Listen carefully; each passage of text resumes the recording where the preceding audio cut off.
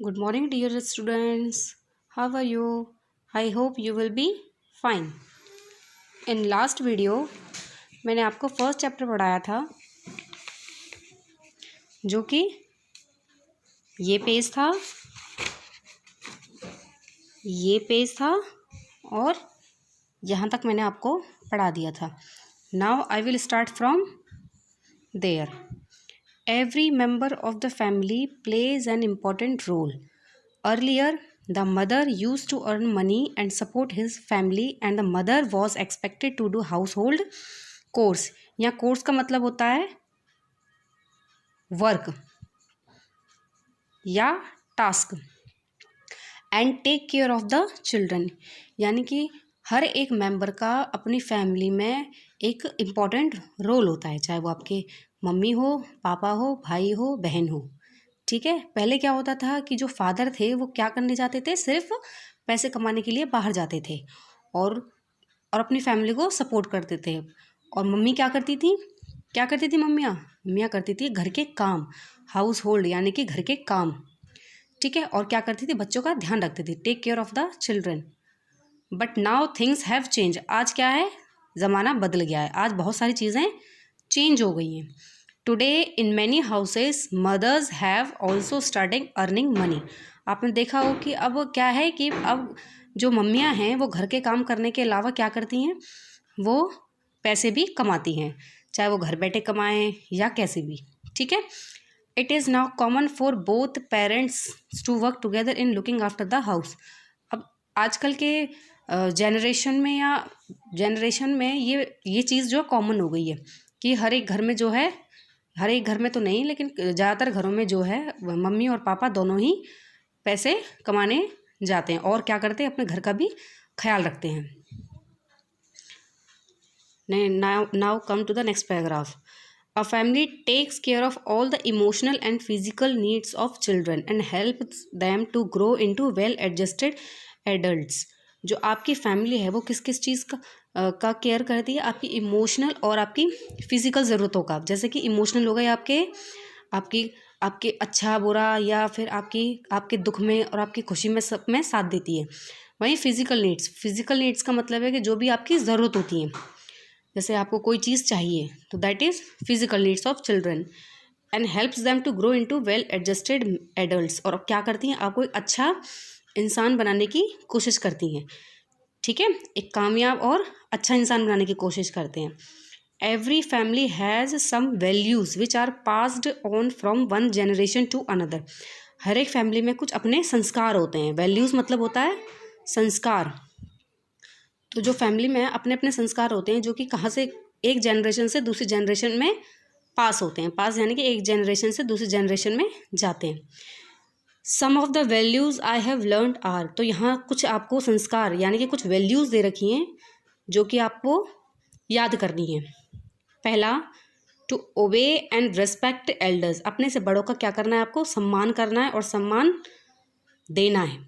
ठीक है. To talk politely and behave courteously with others. दूसरों के साथ आपको कैसे पेश आना है, एकदम पोलाइटली वे में आपको बात करनी है और अच्छे तरीके से आपको बिहेव करना है. Come to the next page. To always speak the truth. हमेशा सच बोलना चाहिए, झूठ नहीं बोलना चाहिए. हमेशा क्या करना चाहिए, सच बोलना चाहिए. नॉट टू फाइट और क्वारल विद अदर्स. दूसरों के साथ लड़ाई नहीं करनी चाहिए. To keep myself and my surroundings clean. अपने आसपास और अपने आप को साफ सुथरा रखना चाहिए. ठीक है.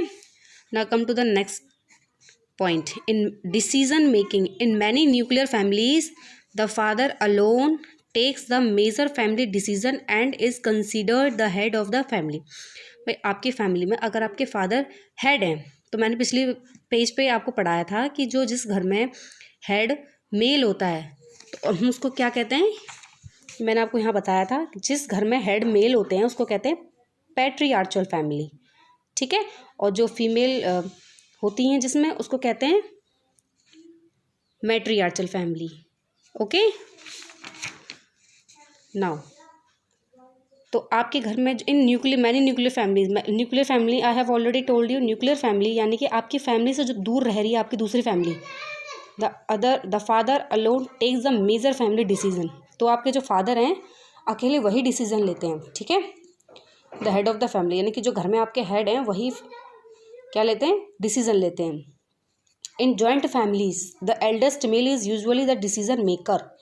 और जो जॉइंट फैमिली में होते हैं, जो जॉइंट फैमिली होती है उसमें एल्डेस्ट मेल यानी कि सबसे बड़े जो हैं, जैसे कि आपकी जॉइंट फैमिली में आपने देखा होगा कि अगर आप एक साथ रहते हैं अपनी फैमिली में अपने अंकल आंट ग्रैंड पेरेंट्स के साथ, तो क्या देखोगे कि आपके घर में जो फैसला यानी कि डिसीजन मेकिंग करेंगे वो कौन होंगे, आपके ग्रैंड पेरेंट्स होंगे। It may be your grandfather और it may be your grandmother, okay.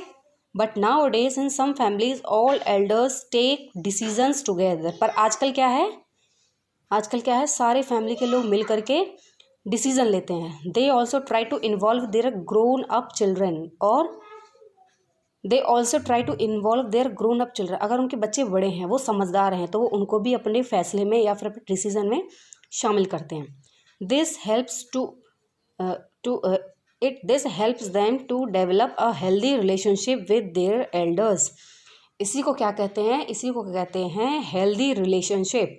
यानी कि अगर आप अपनी मर्जी से घर में चलाएंगे और दूसरों की राय नहीं लेंगे तो क्या होगा, आपके रिलेशंस जो हैं आपस में बिगड़ जाएंगे। वहीं अगर आप पूरी फैमिली के साथ मिल करके डिसीजन लेंगे तो these are called healthy relationship, okay.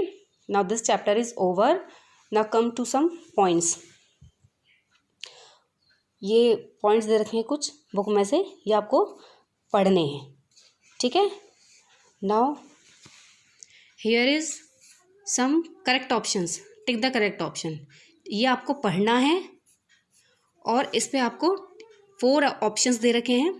All the people who live with you at home form a part of your what, nuclear family, joint family, immediate family, extended family. ये आपको 5 टिक the correct option दे रखे हैं, आपको कल ये टिक करने हैं अपनी बुक में, ठीक है। This is your homework. आपको मैंने पूरा चैप्टर पढ़ा दिया है, ठीक है। अगर फिर भी नहीं समझ में आया तो आप पिछला वीडियो जो है आधा वो देख लीजिए और आधा आज वाला देख लीजिए। उसको देख करके आपको ये सारे के सारे जो 5 टिक द करेक्ट ऑप्शंस हैं आपको इन 4 ऑप्शन में से टिक करने हैं, ठीक है। Okay, now today's homework is only this. Thank you.